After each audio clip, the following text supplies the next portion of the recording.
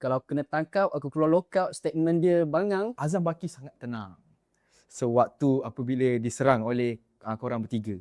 Dan malah meminta kamera untuk tidak berhenti rekod korang melakukan protes itu, dan dia meneruskan ucapan tanpa sebarang gangguan selepas itu.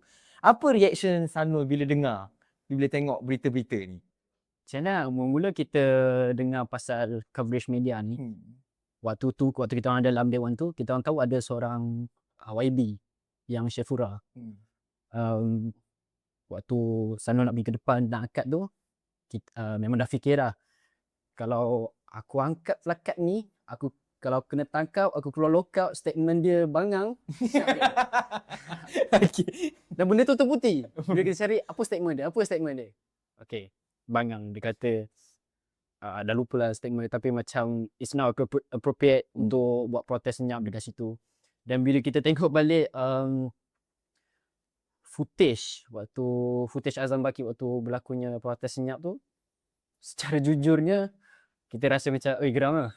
Pasal dia tak rasa takut, mungkin ini sindrom orang tua egois yang dah terlalu selesa dengan kuasa, dah terlalu kebal. Mungkin protes sekecil ini Tak bagi kesan lah. Mungkin dia tak jangka akan berlaku benda tu.